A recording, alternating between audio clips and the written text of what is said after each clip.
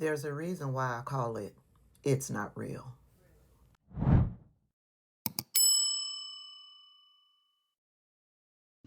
Okay? I'm going to show you something that I think can help you contextualize what's going on around you. This is an international world atlas published by Rand McNally. Here you go. Published in 1941 for the first time, and 1947 most recently. That's what this edition is, okay? I want you to look at these flags and see if you notice an Israeli flag or a Palestinian flag. You won't. Because at the time that this was published, there was no Israel. Look right here. Where's Israel? It didn't exist. It was called Palestine. So we're going to go to page 125.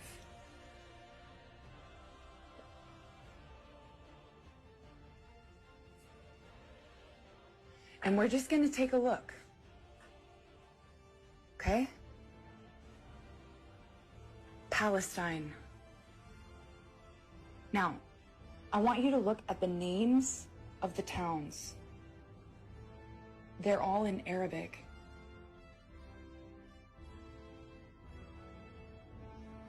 If you want an example of what happened to all of these towns after 1948, look up Tentura. It was a fishing village that was depopulated, forcibly, ethnically cleansed, okay? You don't see the West Bank here, do you? Because this is Palestinian territory, all of it. Palestine. And yes, you're gonna see Judea here. Because prior to the invention of the so-called State of Israel, Jews, Christians, and Muslims lived in peace in Palestine. Now, I know a bunch of people are going to get down in the comment section and say that that video is AI. I don't know if it's real or not. I don't know if it's AI or not. I do know that there are several atlases out there that can prove that It's Not Real wasn't a formal country before 1948. But it's stuff that I've been hearing out there on social media. I've seen more than one video using more than one atlas proving that It's Not Real was not in a world atlas prior to 1948. But to be sure, I went on over to Alfred. Alfred is AI, Google, sort of a sense. And I asked Alfred, when did It's Not Real first begin to show up in world atlases? Modern world atlases began labeling the country It's Not Real shortly after its declaration of independence in May of 1948, with most general reference atlases adopting the name in new editions published from the late 1940s into the early 1950s, the early to mid 1950s. Before that, maps and atlases usually labeled the territory as Palestine under the British Mandate or as part of the Ottoman Empire, though religious and historical maps sometimes used land of It's Not Real or showed ancient Israelite kingdoms rather than a modern state. Now, before 1948, Alfred says biblical and historical maps in Bibles and specialist atlases showed It's Not Real as the kingdom of It's Not Real, and or land of It's Not Real as ancient entities often divided into tribes of It's Not Real.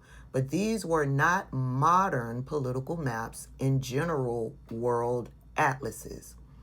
During the League of Nations mandates 1920 to 1948, Official English labeling used Palestine, while Hebrew language usage could include Eretz Yisrael, land of It's Not Real, in the formal name. So some Hebrew maps and atlases reference It's Not Real conceptually even before its statehood.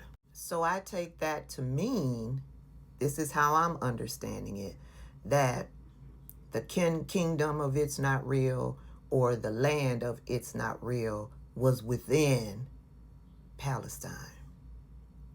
Now, from what I've heard from scholars out there on social media, it's still social media, that how it came about was the people, the Jewish people, after the war, needed a place to go. They looked at Haiti, they looked at some countries in Africa, but they were welcomed by the people of Palestine. That's how they ended up over in that region. They were welcomed, they were invited by the people of Palestine. And by 1948, they took a piece of Palestine. And so I went a step further and I asked Alfred, when did It's Not Real start to occupy Palestine? In international law and most diplomatic usage, It's Not Real's military occupation of Palestinian territories is considered to have begun in 1967 during the Six-Day War, when It's Not Real captured the West Bank, including East Jerusalem and the Gaza Strip, along with other Arab territories. Before 1967, those areas were controlled by Jordan, which is the West Bank, including East Jerusalem, and Egypt, which is Gaza, while the state of It's Not Real had existed within different armistice lines in 1948. So I asked Alfred, what does armistice lines mean? This is what Alfred came back and said. That phrase means that from 1949 until 1967, It's Not Real's boundaries were defined by ceasefire lines drawn after the 1948 war, not by permanent agreed international borders. These lines are often called the 1949 Armistice lines or the Green Line. What the Armistice lines were: after the 1948 Arab It's Not Real war, It's Not Real signed separate armistice, which is a ceasefire agreement, with Egypt, Jordan, Lebanon, and Syria in 1949, which drew a set of demarcation lines between their forces. Those lines marked where each side's armies stopped fighting, and It's Not Real administered the territory on its side of these lines, while Arab states administered the territory on their side. Why they weren't final borders.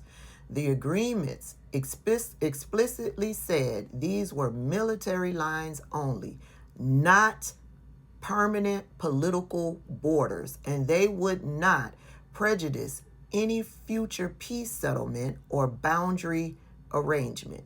Even so, in practice, these armistice or ceasefire lines became It's Not Real's de facto borders from 1949 until the 1967 war, which is why people talk about It's Not Real within 1949 armistice lines, ceasefire lines, or within the Green Line. So it was a ceasefire thing. But what It's Not Real did was they started to say this is their space, this is their territory. and it grew from there.